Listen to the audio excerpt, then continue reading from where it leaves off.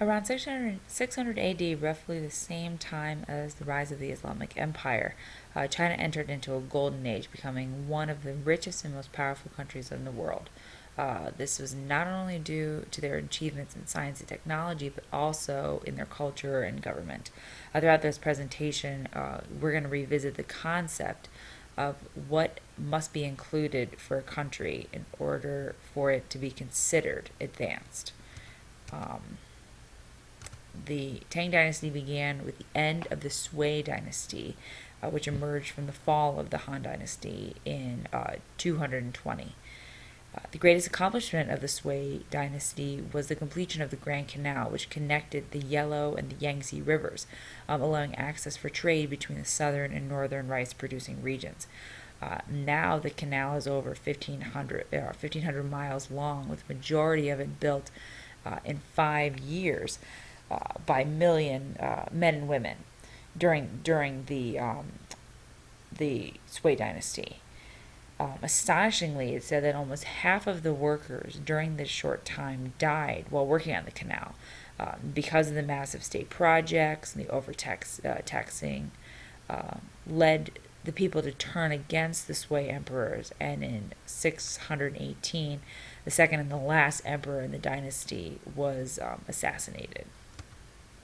So, beginning with Tang Taizong, in 626, the Tang Dynasty began and ended up lasting 300 years, taking back the lands that were lost at the end of the Han Dynasty, especially in the west and in the north of the China area. The Tang furthered their influence in the area to Korea as well as Japan, which we'll discuss in station number 3. Tang Taizong, originally named Li Shimin, was the brilliant architect of the Tang Dynasty. From the beginning of his reign, and having learned the lessons from the downfall of the Sui dynasty, Taizong knew very well that unless the peasant class was content, they could prove to be a very dangerous opposition under the leadership of anyone prepared to make a stand against the government. So he definitely utilized the government in order to make sure that the peasant community was, was happy. Another successful leader during the Tang Dynasty was Wu Zhao, the only empress in China's history. This was a time of relative freedom for women, unlike many of the other dynasties in China, one especially being the Song Dynasty, which we'll discuss in a little bit. She was responsible for expanding and building China through strengthening the central government, the infrastructure, and also promoting foreign trade. During the Tang Dynasty, the bureaucratic system of government was restored and became a better system than in the previous Han Dynasty, which pretty much had originated it. To review, bureaucratic governments consist of a group of non-elected officials within a government or other institutions that implements the rules, laws, ideas, and functions of their institution. So, how the Tang Dynasty used the bureaucratic system to strengthen the country, which at the time was so vast, was through the civil service examinations, was started during the Han Dynasty. During this time, they created a separate and elite group within the society known as the scholar officials. In theory, the civil service exams were made available to everyone in the country, including commoners. But what separated the scholar officials from the rest of the population was the dominance in social warfare. Intelligence, education, and talent became more important than birthright or nobility. But did that really make a difference? Could you argue that while education was more highly regarded than wealth, how could someone during this time gain an education if they didn't have the funds to do it? So it's definitely something to think about when you're looking at the bureaucratic system. But the Tang dynasty didn't last. With the increase in taxes to pay for such an elite government governing system with the scholar officials, and the expanse of the empire, the military spending and the building programs took a hit and began to fail. Muslim armies took advantage of the defeated China, and in 1751 at the Battle of Talas, which lost China control in Central Asia. The Battle of Talas is important because of the resulting changes in the political fortunes of the rival sides and in the region generally, not to mention the economic importance of control over the strategic region along the Silk Road. There's also a tradition that Chinese prisoners captured as a result of the battle allowed for the transfer of papermaking technology to the Middle East and eventually Europe. Not to mention dissension in local areas and rebellion uprisings led to the decline of imperial power. And in 907, the Tang capital at Chang'an was sacked and burned, and the last Tang emperor, Emperor Ai, was poisoned, making way for the Song dynasty. The Song dynasty reached and maintained a level of economic prosperity, technological advancement, and cultural maturity that were unequaled anywhere else in the world.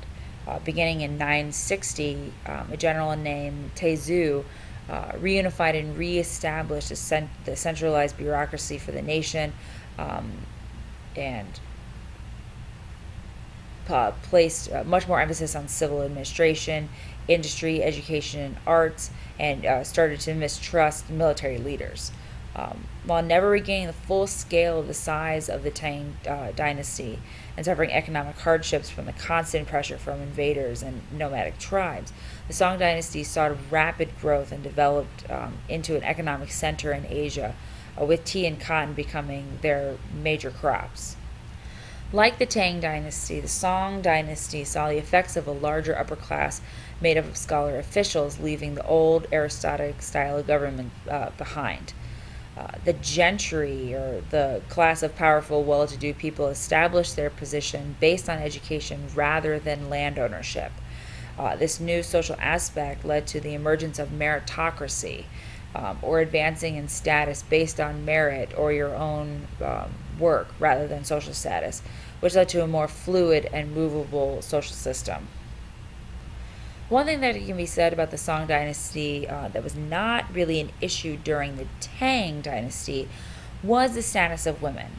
While women were not entirely free during either of these times, the Song dynasty placed demands on women, especially those considered to be upper class, which forced them to be, subservient to men much more than anywhere else.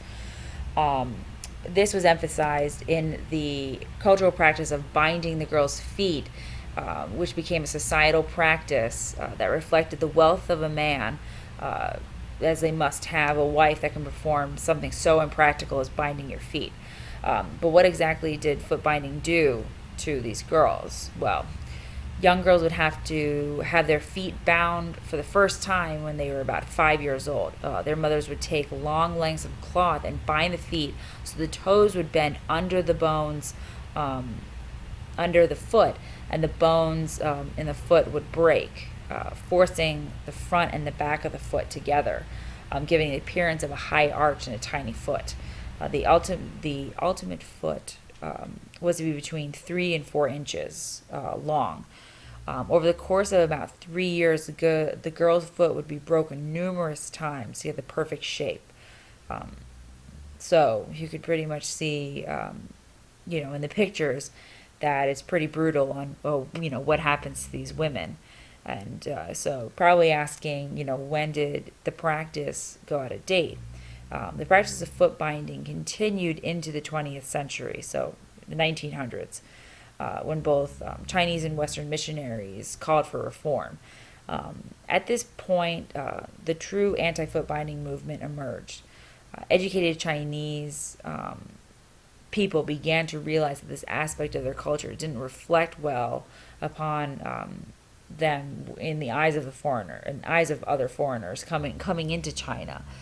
There were many attempts throughout the 1900s to abolish foot binding, but it wasn't until the communists took power in 1949 that the government was able to maintain the strict prohibition of foot binding, which is obviously now in effect today. So women aren't being persecuted by this anymore, but it's still pretty unbelievable. But that this is something that dominated the social structure for women for so long.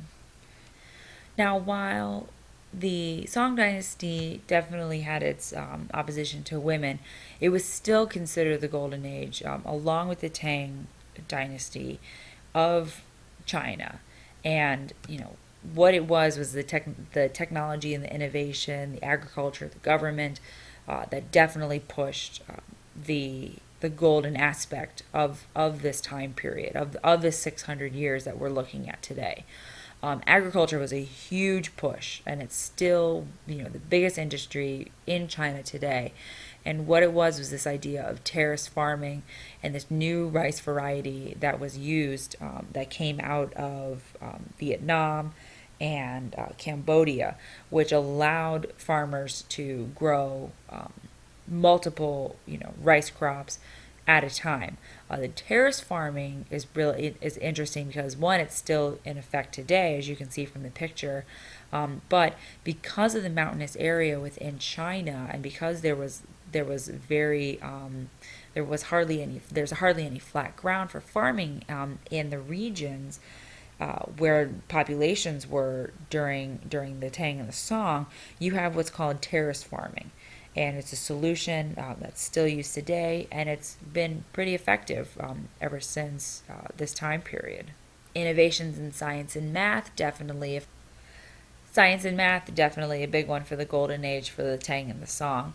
The movable type, which is the printing press, where you have the individual characters, the letters that you're able to move around, and then that gives you your platform for your printing.